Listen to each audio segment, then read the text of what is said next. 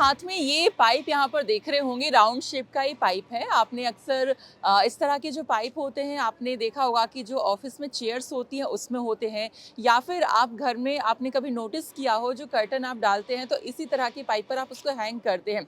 Automobile industry में भी इस तरह की पाइप का बहुत बड़ा रोल होता है, बहुत काम के होते हैं। तो अब आखिरकार ये बनते कैसे हैं? आज यूपी की उड़ान इस एपिसोड में हम इसी के बारे में यहाँ पर बात करेंगे। दरअसल इस वक्त हम मौजूद हैं मुजफ्फरनगर में। मोरवेल ये ट्यूब्स या प्राइवेट लिमिटेड कंपनी है, तो इसके जो ओनर हैं उनसे हम जानेंगे। एफसी मोगा जी हमारे साथ यहाँ पर मौजूद हैं।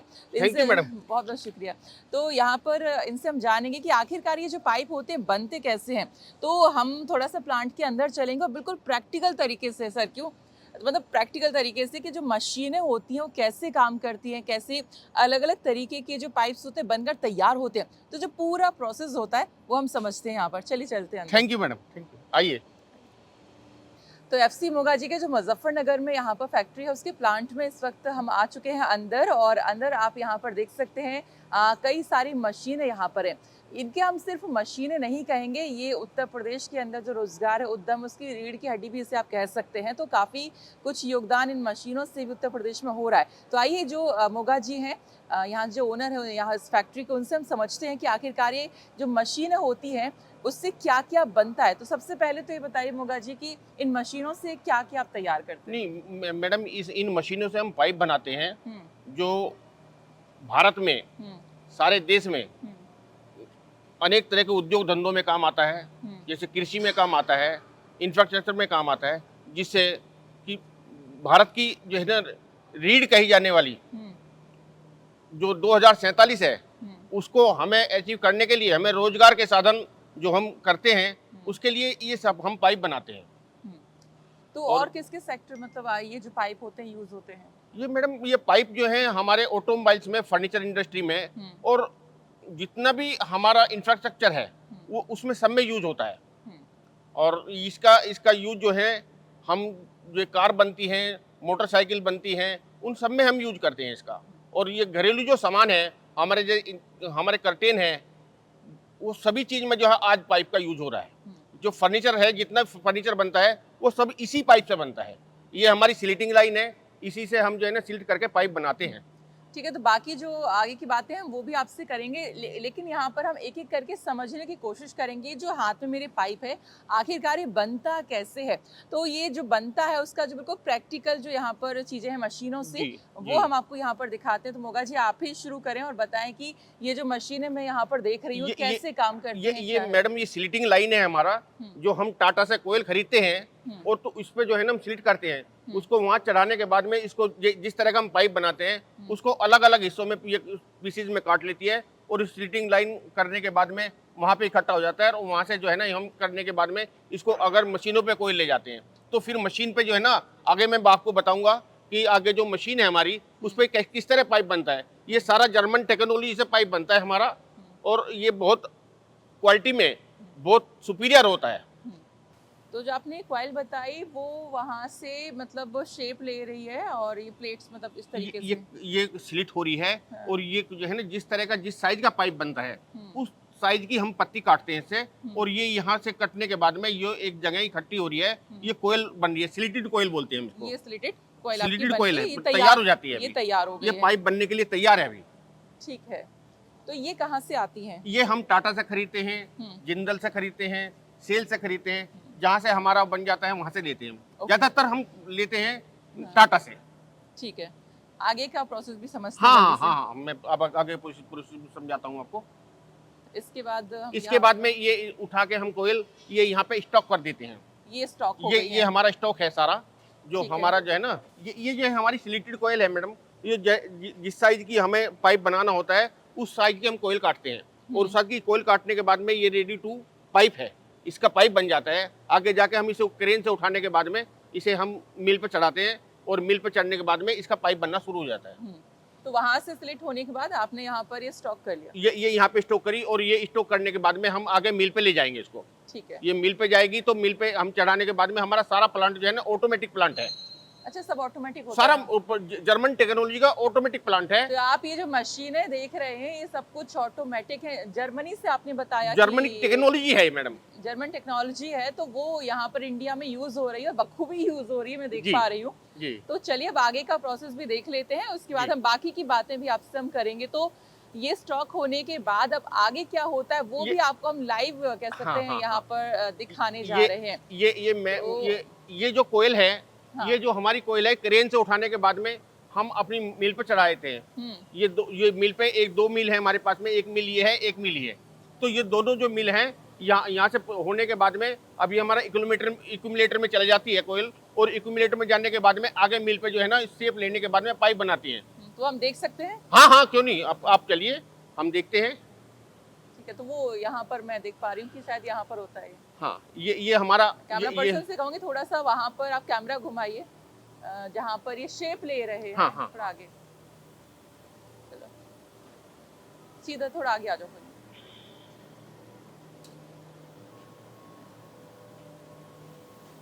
ये हमारा एक्यूमुलेटर है, और ये हमारे अनकोलर से आने के बाद में हमारा जो है एक्यूमुलेटर में इकट्ठा हो जाता है कोयल, जिससे कि हम इसको जो है ना कंटिन्यूअस प्रोसेस में काम करते हैं, जिससे हमारी मशीन नहीं रुकती है।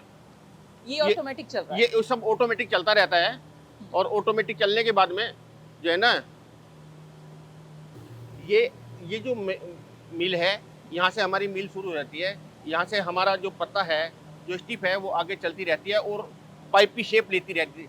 जैसे जैसे आगे जाता रहता है, ये जो है ना पाइप की तरह फोल्ड होता रहता है। हाँ, तो ये मैं पहले बता दूं, हमने पहले ही मशीनें थोड़ा सा बंद करवा दी हैं, क्योंकि सेफ्टी पॉइंट ऑफ व्यू से थोड़ा ठीक रहता है। क्योंकि ये जो आप इसमें ये जो एक स्लिट ये देख रहे हैं, एक जो पाइप आगे जो बन रहा है, ये मतलब ये रुका हुआ है लेकिन ये चलता है। ये चलता है, ये रुका हुआ है कारण सेफ्टी पॉइंट से, लेकिन ये जो है ना ये धीरे धीरे पाइप शेप लेता रहता है।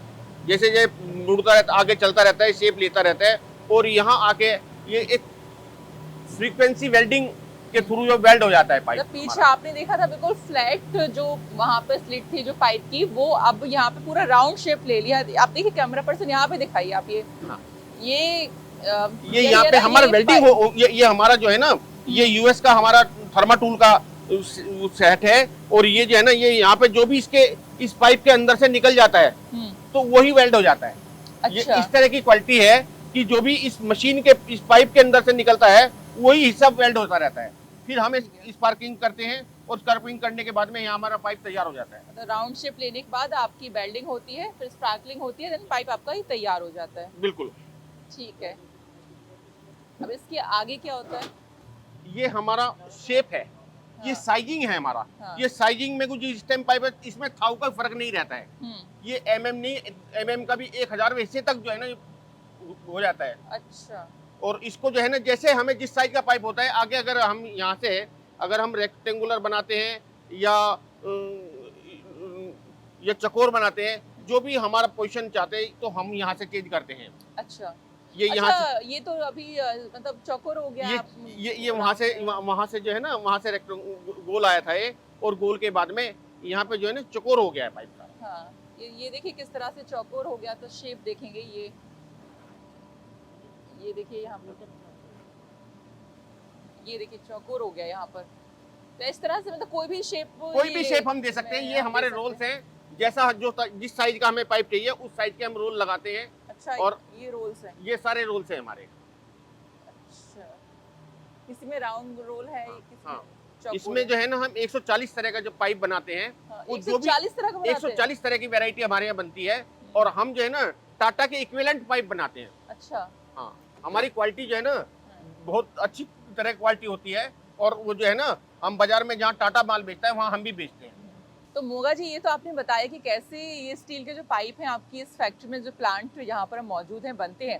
अब हम थोड़ा सा जानना चाहेंगे आपकी ये जो मोरवेल कंपनी जो है ट्यूब्स जो बनाती है, तो ये कैसे मतलब यहाँ तक पहुँची, और साथ ही साथ इसके पीछे का विजन क्या था? क्यों आपने मतलब वो मतलब यही एक आइडिया चुना कि बिजनेस में आपको यही स्टील पाइप का ही काम करना चाहिए? कौन सा वो मोमेंट था जब आपने डिसाइड कर लिया था? मोरवेल ट्यूब की शुरुआत एक साफ और निर्णायक सोच से शुरू हुई। जब हमने देखा कि देश भर में स्टील पाइप की लगातार जरूरत है, लेकिन क्वालिटी और भरोसे की कमी है। उसी पल हमने तय किया कि अब स्टील पाइप बनाना है। इरादा सिर्फ व्यापार का नहीं था, बल्कि देश के विकास और रोजगार के निर्माण में योगदान देने का भी था। छोटे स्तर से शुरू होकर मेहनत और गुणवत्ता के भरोसे मोरवेल ट्यूब का सफर आगे बढ़ा। जी, आपने यहाँ पर मुजफ्फरनगर में ये फैक्ट्री लगाई है, तो कितना मतलब फायदेमंद साबित हुआ या नुकसान लगा आपको इस जिले में? मुजफ्फरनगर में हमने जो अपना स्टील का पाइप बनाने का शुरुआत करी, तो उसमें हमारा जो विजन था, यहाँ की जो मतलब मेहनती जनता है उसको लेकर रोजगार के अवसर पैदा करने के लिए हमने यहाँ पे ये निर्णय लिया कि हमें, क्योंकि ये मेरी मातृभूमि भी है, जो भी आदमी जुड़ता है अपनी मातृभूमि के साथ में अपना काम भी शुरू करता है, तो उसके लिए हमने मुजफ्फरनगर को चुना। और मुजफ्फरनगर का जो इंफ्रास्ट्रक्चर है उसको देखते हुए हमें यहाँ पे जो है ना काफी अच्छा लगा। और हमारा जो है ना आज हम मुजफ्फरनगर में ये जो प्लांट है ये चला रहे हैं, इससे हमें बहुत फायदे हो रहे हैं। अच्छा, जब आपने यहाँ पर पहली मशीन लगाई थी और अब की मशीनें, जब आपने पहली लगाई होगी और जो अब मशीनों की क्षमता है, तो कितना फर्क आया है? नहीं मैडम, हमने जो पहले मशीन लगाई, हमने शुरू से ही अपनी सोच जो है ना बड़ी रखी, जिससे कि हमें जो है ना, क्योंकि आज कंपटीशन का टाइम है, तो कंपटीशन में जो है ना हमें अच्छे अच्छे बड़े लोगों से कंपटीशन करना था। और हम मुजफ्फरनगर में बैठे हैं, जो लोग दिल्ली के पास में बैठे हैं उसमें, और हमें हमारे कंपटीशन करने में हमने मशीन वर्ल्ड क्लास की मशीन अपने यहाँ पे लगाई, और उन्हीं के वर्ल्ड क्लास की मशीन लगा के हमें अभी कुछ चेंज नहीं करना पड़ा, और हम जो है ना आज अच्छे से अच्छी गुणवत्ता का पाइप बाजार में बेच रहे हैं। स्टील पाइप उद्योग ये आप कर रहे हैं, तो इसमें सबसे बड़ी समस्या आपको कहाँ पर आती है? मतलब कच्चे माल को लेके, बिजली को लेके, या पाइप को लेके, मतलब स्टील को लेके समस्या कहाँ आती है? देखो ये मैडम, ये स्टील पाइप में जो है ना बहुत सारी समस्याएं हैं, जैसे कि बार बार बाजार का उतरना चढ़ना, ये सबसे बड़ी समस्या है। क्योंकि ये जो है ना हमारे छोटे जो एमएसएमई है उनके हाथ में तो समस्या नहीं है, ये समस्या है एक बड़े स्तर से। हम जो है ना अपने जो जितना भी माल खरीदते हैं उसके सडन माल के दाम बढ़ जाते हैं और सडन माल के दाम घट जाते हैं, तो उससे हमें बहुत सारी बड़ी परेशानी आती है।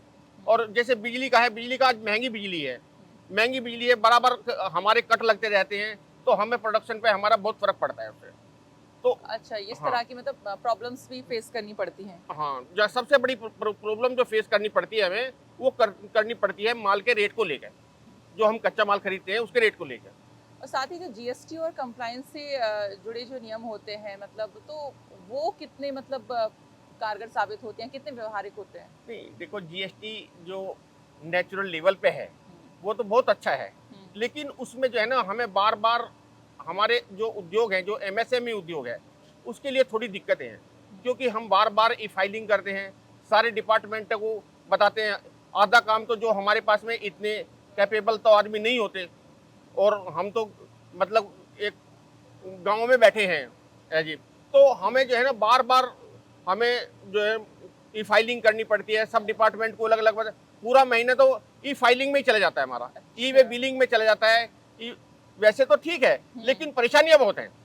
अगर जब हम बात करते हैं ईज ऑफ डूइंग बिजनेस की, तो वो अगर हम ज़मीनी स्तर पर देखें तो वो कितना मतलब वो जो सरकारी दावे हैं वो मतलब ठीक साबित हो रहे हैं, आपके हिसाब से क्या लगता है? देखो मैडम, ये डूइंग जो है ना बिजनेस सही है, सरकार की पॉलिसी है, जी। लेकिन जो असली जमीनी लेवल पे है ना वो एमएसएमई में नहीं उतर पा रहा है। अच्छा।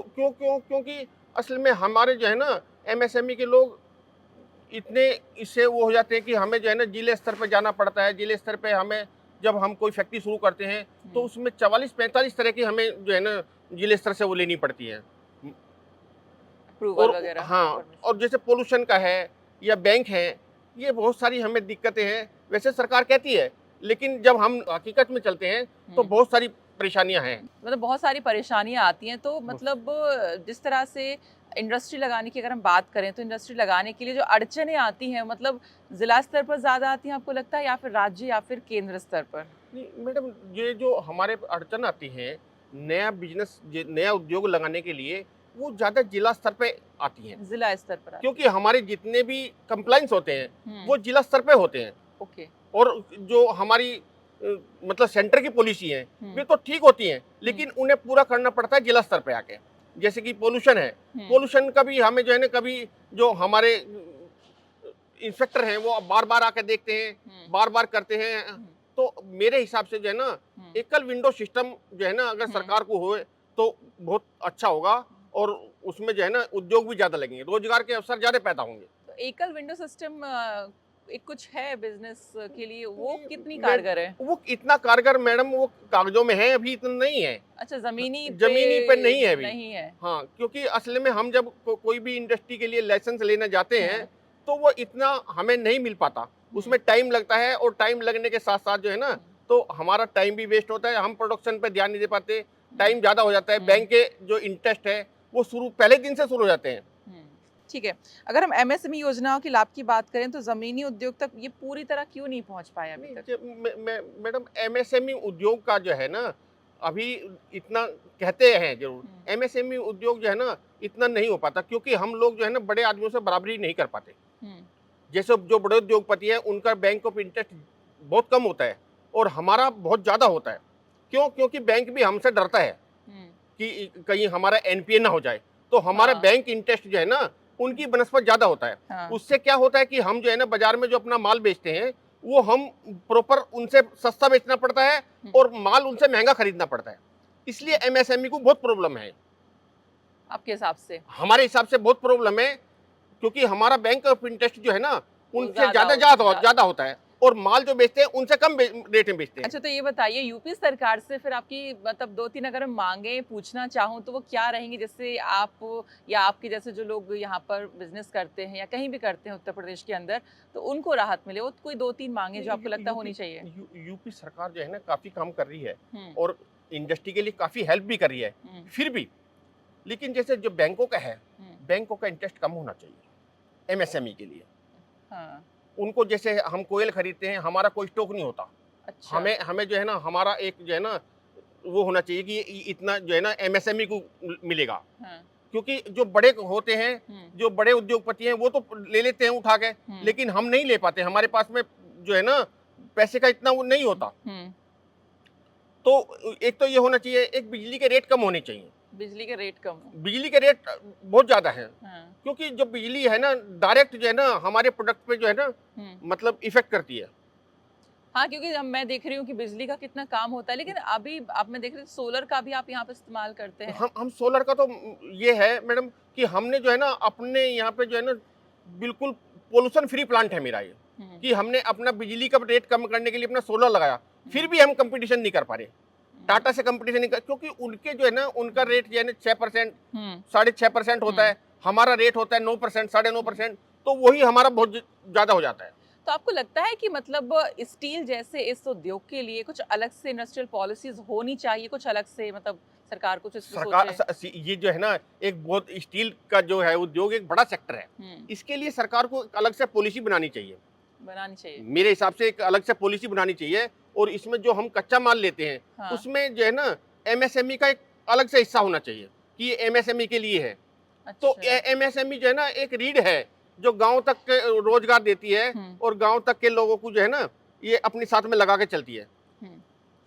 अगर क्योंकि देखिए आप पश्चिम में यहाँ पर है यूपी के, और मुजफ्फरनगर क्योंकि वेस्ट यूपी में यहाँ पर आता है, तो पश्चिमांचल को आप मैन्युफैक्चरिंग हब के रूप में कैसे देखते हैं? देखो मैडम, अगर यदि सरकार चाहेगी तो यहाँ पे बहुत संभावनाएं हैं, यहाँ का इंफ्रास्ट्रक्चर बहुत बढ़िया है, और अगर सरकार हमें हेल्प करे तो हर उद्योगपति आगे आने के तैयार है। यदि हमें जमीन को उन्हें देने का काम करे, एक उनके लिए एक अलग से वो बनाने का काम करें, तो हर आदमी उद्योग लगाने के लिए आगे आएगा। और जब एक बार उद्योग लग जाए तो उसके बाद में कंप्लाइंस पूरी होनी चाहिए, क्योंकि यदि हम कंप्लाइंस पहले ही पूरी करने की कोशिश करते हैं तो हर आदमी डर के वजह से जो है ना उद्योग लगा ही नहीं पाता। ठीक है, तो मेरा मतलब ये है कि आपकी जो सरकार से मतलब आप जैसे और भी जो यहाँ पे उद्योग कर रहे हैं यूपी के अंदर, उनकी ये मांगे जरूर रहेंगी, क्योंकि बिजली का सबसे बड़ा रोल यहाँ पर है। और आपने ये भी बताया कि स्टील का जो स्टॉक आपके पास नहीं होता, बैंक की तरफ से मतलब इंटरेस्ट भी आप लोगों को ज्यादा लगता है। तो ये 2-3 मांगे हैं जो मुझे लगता है कि इस पे सरकार को ध्यान देना चाहिए, ताकि आप जैसे जो उद्योगपति उनको थोड़ी सी इसमें राहत मिले। तो मेरा आखिरी सवाल आपसे यही रहेगा कि यूपी की उड़ान कार्यक्रम में आज हम आपसे बातचीत कर रहे हैं, तो यूपी की उड़ान इस मंच के माध्यम से आप जो हमारे देश के युवा हैं या फिर हमारी जो सरकार है, उनको आप क्या कहना चाहेंगे? नहीं, देखो यूपी जो उड़ान आपने शुरू करा है मैडम, ये बहुत अच्छा आपका एक बहुत बड़ा कदम है और सरकार यदि इसमें सहयोग करेगी, तो यहाँ पे जो है ना जितने भी रोजगार हैं, जो हमारे बच्चे आजकल कर पढ़ के आ रहे हैं, हुँ, जो यहाँ पे फैक्ट्री में आते हैं उनको कुछ काम नहीं आता, हुँ, तो वो सब जो है ना वो आगे बढ़ेंगे और इंडस्ट्री जब आगे बढ़ेगी, रोजगार मिलेगा, तो हुँ, एक इंडस्ट्री से 1 लाख आदमी जुड़ता है। हुँ, एक इंडस्ट्री जब लगती है तो उससे 1 लाख आदमी मतलब प्रत्यक्ष अप्रत्यक्ष रूप से जुड़ता है और जब इंडस्ट्री लगेगी तो देश का भी कल्याण होगा और 2047 में जो हमारा मोदी जी का मतलब सोच है तो हाँ। उसमें भी हम अचीव करने का 100% वो करेंगे। वैसे तो मैंने आपसे आखिरी सवाल पूछा, लेकिन एक और मुझे सवाल पूछने का मन करा है, ये भी हाँ, आखिरी ही हाँ, है। हाँ, हाँ, नहीं कोई नहीं। अभी सरकार से किस तरह की आपको मतलब सहयोग रहता है? क्योंकि जिस तरह की आपने प्रॉब्लम्स बताई हैं, तो अभी तक किस तरह से हेल्प मिलती है? मतलब जहाँ पे थोड़ी राहत मिल रही हो? नहीं मतलब सर ये तो थी कि 3 माँगे आपने हाँ, बता दी, क्या ऑलरेडी मिल नहीं, रहा है? सरकार से काफी हमें जो है ना जैसे कोविड हुआ तो सरकार ने हमें जो 5 करोड़ रुपए की हेल्प करी है यूपी सरकार ने। अच्छा। हाँ, जिसमें जो है ना, जो डबल इंजन की सरकार है, हुँ, उसने हमें जो है ना 5 करोड़ रुपए की हुँ, जो है ना कुछ सब्सिडी भी दी है। जैसे कि कोविड आया, उद्योग धंधे बिल्कुल बंद हो चुके थे। हाँ। उसमें सरकार का जो बूस्टर ये एक डोज मिली है इंडस्ट्री को, वो एक सराहनीय काबिल है। तो उसमें कोविड काल में तो काम बिल्कुल बंद हो गया होगा तब तो? हाँ मैडम, काम तो बंद हो गया था लेकिन सरकार ने जो है ना हुँ, दोनों हाथों दरवाजे खोले हैं और उद्योग को जो है ना उन्होंने उठाया है। जो आज उद्योग खड़ा है केवल यूपी सरकार और मोदी सरकार की वजह से जो है ना हम लोग आगे बढ़ रहे हैं। हुँ। तो ये है कि कोरोना काल में मतलब जो भी लॉस या जो भी रहा, तो वो कहीं न कहीं पटरी पर हाँ, सरकार ने लाने का काम करा काम है। किया है। हम्म, बहुत-बहुत शुक्रिया बातचीत के लिए मोगा जी। आपने मतलब आपसे बातचीत की और समझा किस तरह से आज पहली बार मैंने भी देखा कि कैसे जो स्टील के पाइप होते हैं, ये बनते हैं। बहुत-बहुत धन्यवाद। Thank you madam, thank you. तो आप थे हमारे साथ मोरवेल ट्यूब्स प्राइवेट लिमिटेड कंपनी के ओनर और इन सब ने बातचीत की मोगा जी से और उन्होंने आज हमें बताया कि कैसे जो स्टील के पाइप होते हैं ये बनते हैं। साथ ही साथ सरकार से किस तरह से सहयोग मिलता है या क्या कुछ चुनौतियां जो हैं चैलेंजेस हैं इस काम में सामने आते हैं और क्या कुछ मांगे हैं जो ये या इन जैसे जो उद्योगपति हैं जो स्टील उद्योग जगत में हैं तो उनको क्या कुछ डिमांड है कह सकते हैं सरकार से ताकि कहीं ना कहीं जो बिजली का खर्चा होता है और भी तमाम खर्चे होते हैं बैंक इंटरेस्ट रेट मैंने बताया तो इसमें कहीं न कहीं थोड़ी राहत मिले ये जो कह सकते हैं मोगा जी की डिमांड है तो मुझे लगता है इस कार्यक्रम के माध्यम से सरकार तक आपकी आवाज़ ज़रूर यहाँ पर पहुँचेगी। तो फिलहाल इस कार्यक्रम में इतना ही, बाकी खबरों के लिए आप देखते रहिए। नमस्कार।